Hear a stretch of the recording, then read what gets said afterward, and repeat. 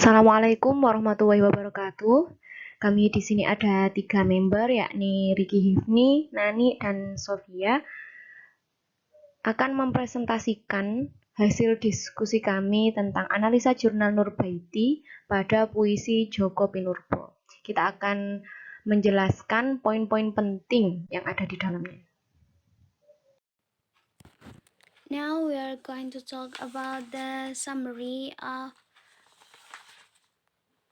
the paper entitled Gaya Bahasa Djoko Pinurbo dalam Sajak Musim Panas dan Surat Kau, Analisis Stilistika, karya Faradila Nurbaiti.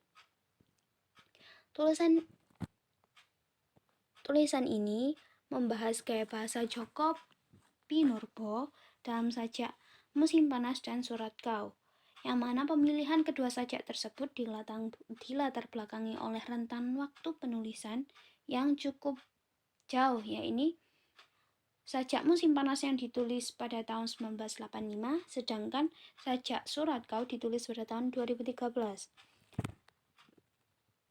Artikel ini bertujuan untuk menguraikan dan membandingkan gaya bahasa Djoko Pinurbo dalam kedua sajak tersebut, yang mana untuk menganalisisnya digunakan teori stilistika, khususnya unsur-unsur gaya bahasa, yaitu gaya bunyi, gaya kata, dan gaya kalimat.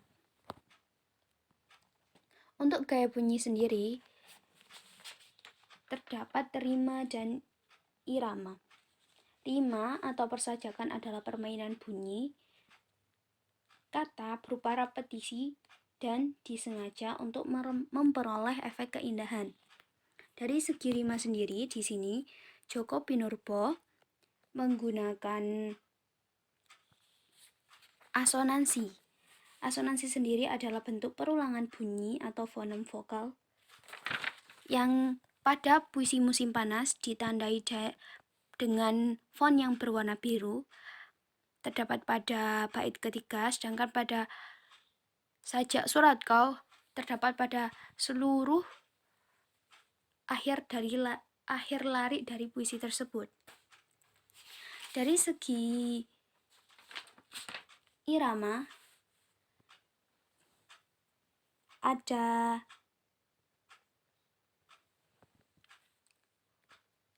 dua jenis, yaitu efoni dan kakafoni.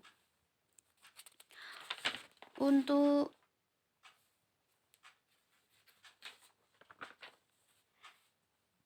efoni sendiri yaitu keteraturan bunyi yang terbentuk oleh pengulangan kombinasi konsonan dan vokal, atau biasa juga disebut dengan bunyi orkestrasi, yang di sini ditunjukkan dengan huruf yang bercetak bold. Pada sajak Musim Panas terdapat pada kata suku kenal dan juga tinggal. Keduanya memiliki efek orkestrasi yang dapat menambah keindahan dari sajak. Selain itu, pada sajak Musim Panas juga terdapat pada lari di seberang jalan kulihat bayangannya melambaikan tangan, dan juga sendiri kuucapkan selamat jalan. Itu juga merupakan efoni. Sedangkan pada sajak Surat Kau, efoni terlihat dari hampir seluruh bait yang mempunyai karakteristik yang cantik. Setiap baitnya tersusun ku, mu, ku. Semuanya seperti itu. Kau tak ada di kakiku ketika aku membutuhkanmu untuk merambah rantauku. Nah, yang itu menciptakan orkestrasi tersendiri. Sedangkan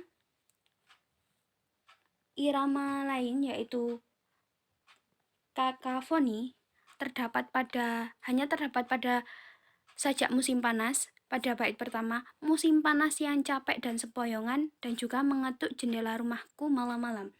Kakafoni ini maksudnya ialah ketidakteraturan bunyi, tidak merdu, tidak melodis, dan cenderung merusak karena ketidaksamaan itu tadi.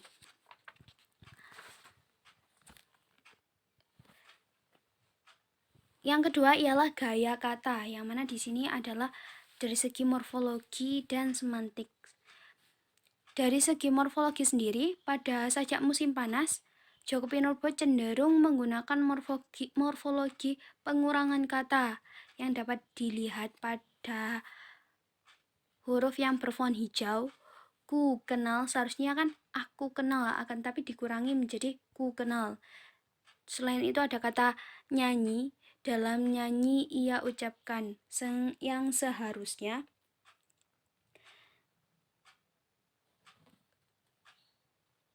kata tersebut yaitu menyanyi. Ada bentuk ku juga pada bait yang lain yang juga merupakan pengurangan dari segi morfologinya.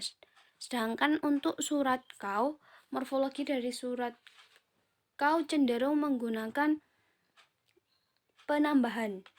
Seperti kata aku, di situ tidak dikurangi seperti pada morfologi musim panas, akan tapi ditulis secara lengkap. Selain itu, imbuhan pada kata membutuhkan, merambah, menggubah juga ditulis secara lengkap.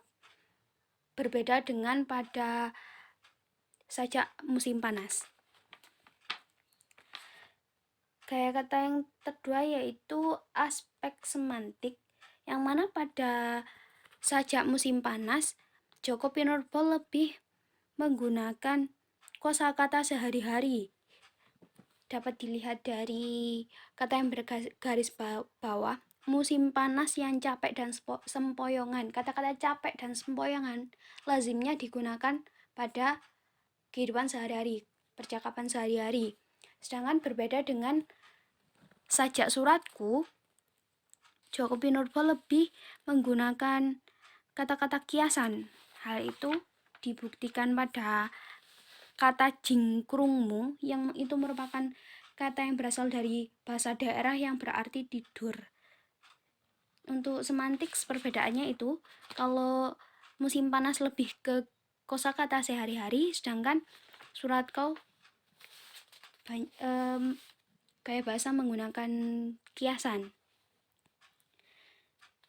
Gaya yang terakhir yaitu gaya kalimat yang ditunjukkan oleh repetisi dan juga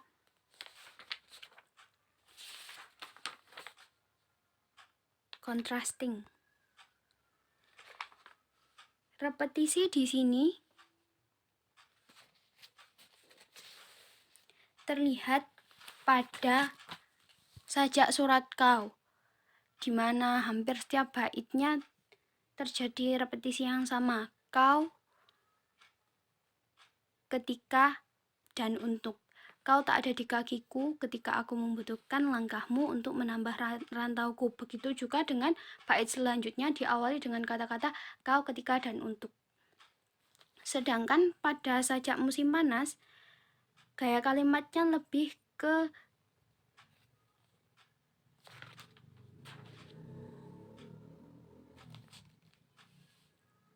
pengontrasan. Gaya pengontrasan yaitu menuturkan suatu secara berkebalikan dengan sesuatu yang ada. Contohnya, ku buka jendela malam purnama, tapi ia tak ada lagi di sana. Sendiri ku ucapkan selamat jalan. Paradoks tersebut memunculkan unsur pertentangan secara eksplisit dalam sebuah penuturan. Pada contoh tersebut, gaya paradoks ditandai dengan menggunakan kata tapi yang menunjukkan makna pertentangan atau pengontrasan. Dari penjelasan tersebut dapat disimpulkan bahwa dalam menuliskan puisinya, gaya bahasa yang digunakan Djoko Pinurbo dari tahun 1985 hingga tulisannya di tahun 2013 terdapat beberapa persamaan, akan tetapi juga ada perbedaan. Persamaan misalnya pada gaya bunyi, pada kedua puisi tersebut Djoko Pinurbo sama-sama tidak pernah memunculkan aliterasi, hanya asonansi saja. Sedangkan untuk perbedaan dapat dilihat dari segi gaya kalimat tadi, yang mana pada puisi musim panas menggunakan pengontrasan, sedangkan pada surat kau menggunakan repetisi.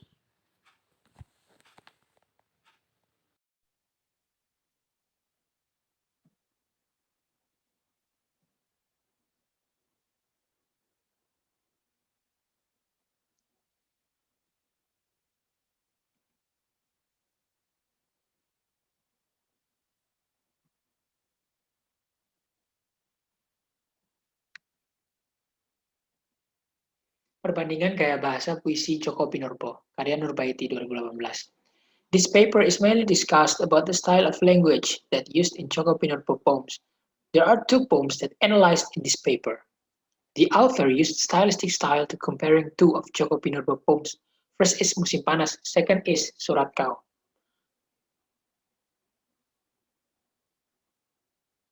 Perbandingan gaya bahasa puisi Djoko Pinurbo oleh Nurbaiti. Penelitian ini mendiskusikan atau mendeskripsikan tentang perbedaan dan persamaan gaya bahasa yang ditemukan dalam karya Djoko Pinurbo. Karya yang menjadi target penelitian oleh Nurbaiti kali ini yakni Musim Panas dan Surat Kau, dua karya terkenal dari Djoko Pinurbo. In this part, we will discuss about the strength of this paper.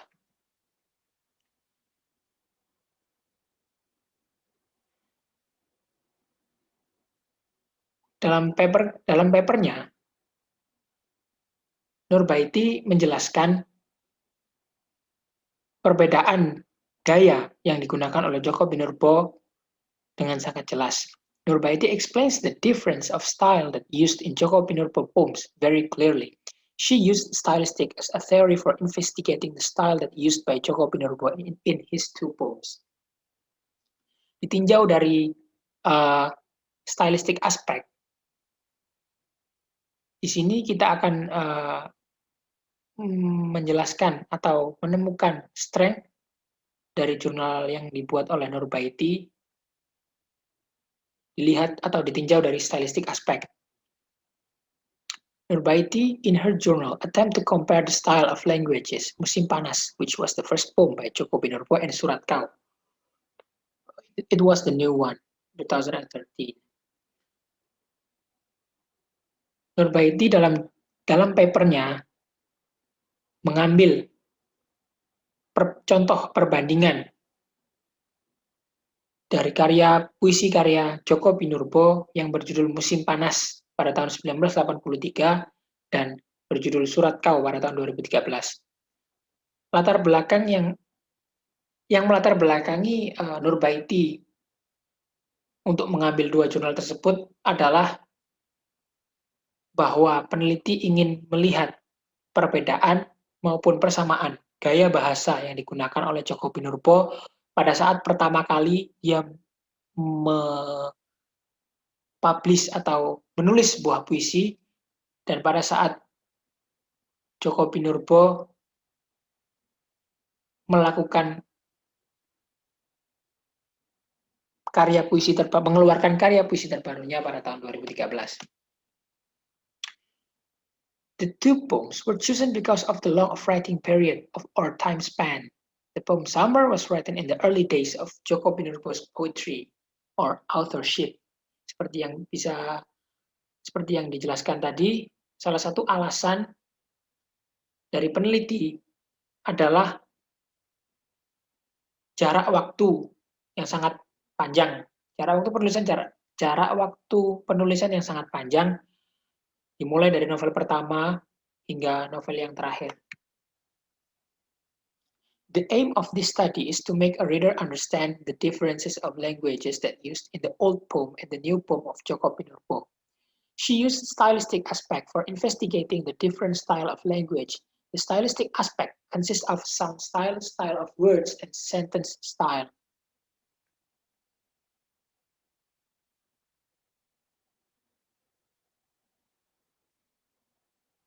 Gaya bahasa dalam kumpulan puisi Sajak 0, karya Gunta Wirawan. ditulis oleh Fitri Zulfahita. If we compare with this journal, there are several different method and context while analyzing the style of languages. Dalam paper yang ditulis oleh Mutiara Sandi, Fitri, dan Zulfahita, terdapat perbedaan pada metode dan konteks dari analisa gaya bahasa dibandingkan dengan Nurbaiti.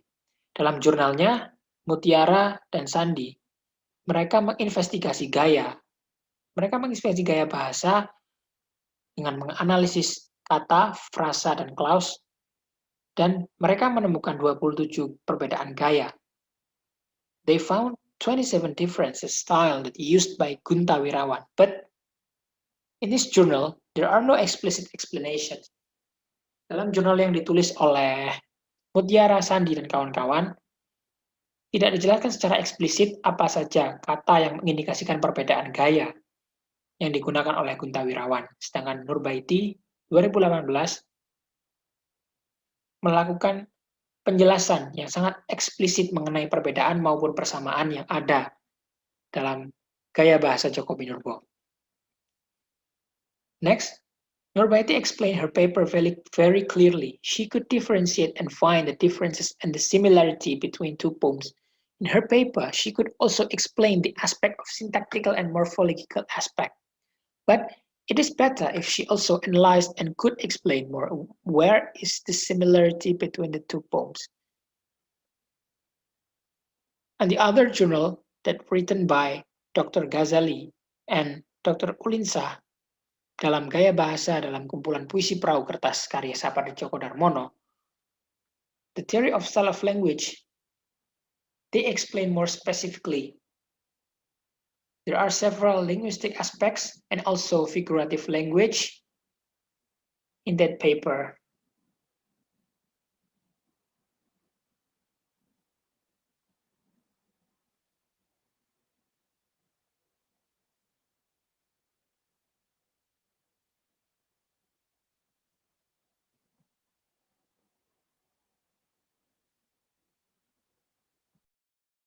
Oke, setelah mendengar semua penjelasan dari Nani dan Ricky, sekarang kita akan membahas tentang dua jurnal yang kita ambil sebagai acuan pembanding untuk jurnal Nurbaiti. Yang pertama ada jurnal dari Ardin, Ghazali, dan Ulinsah. Jadi Bapak Ghazali dan Ulinsah ini adalah seorang dokter, kemudian Ardin adalah mahasiswanya. Mereka menganalisa puisi perahu kertas karya Sapardi Djoko Damono. Mereka menulis semuanya dengan sangat jelas, lebih sebenarnya kalau dibaca, di-compare antara Nurbaiti dengan jurnal pertama ini, sebenarnya lebih bagus keterangan atau penjelasan dari jurnal pembanding satu ini. Mungkin karena mereka sudah kepenulisannya strata doktor. Jadi background papernya itu ditulis dengan padat dan jelas.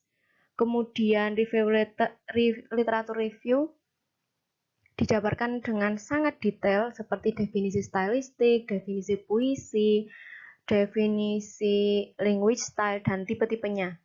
Kemudian data analisis, sumber datanya, metode, research objeknya, semuanya dijabarkan. Tidak seperti Nurbaiti, mungkin memang ada elemen tersebut tetapi menjadi satu di introduction, di pembahasan awal.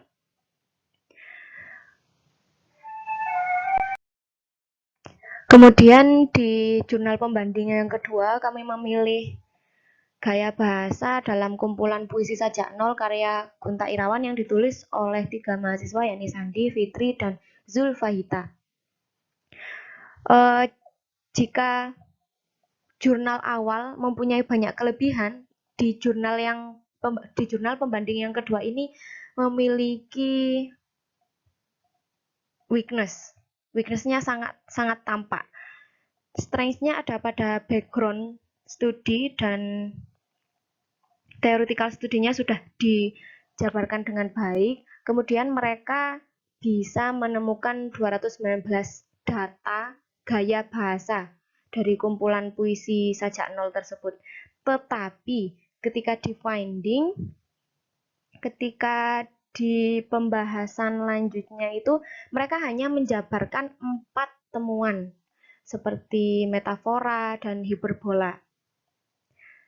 Mereka tidak menjabarkan semua datanya, padahal seharusnya setidaknya mereka bisa mendeskripsikan kurang lebih setengahnya lah ya dari data yang telah mereka peroleh, sebagai bentuk bahwa mereka memang mendapatkan temuan sebanyak itu. Jadi, karena 3 poin ini, karena Nurbaiti sudah menjabarkan temuannya dengan sangat jelas, kemudian memiliki tujuan yang sangat berbeda dengan jurnal-jurnal lain, yakni comparing poetry. Jadi jurnal-jurnal lain,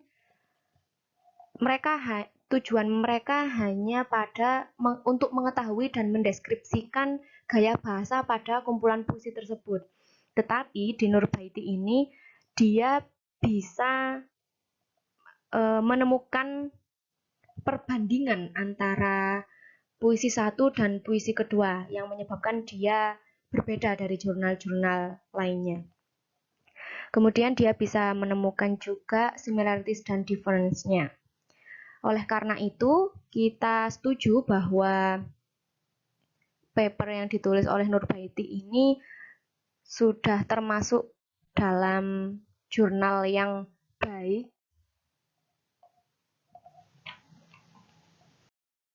Sekian yang bisa kami jelaskan pada analisa jurnal kali ini. Apabila kami mempunyai kesalahan atau kekurangan dalam menjelaskan, kami mohon maaf yang sebesar-besarnya. Terima kasih dan wassalamualaikum warahmatullahi wabarakatuh.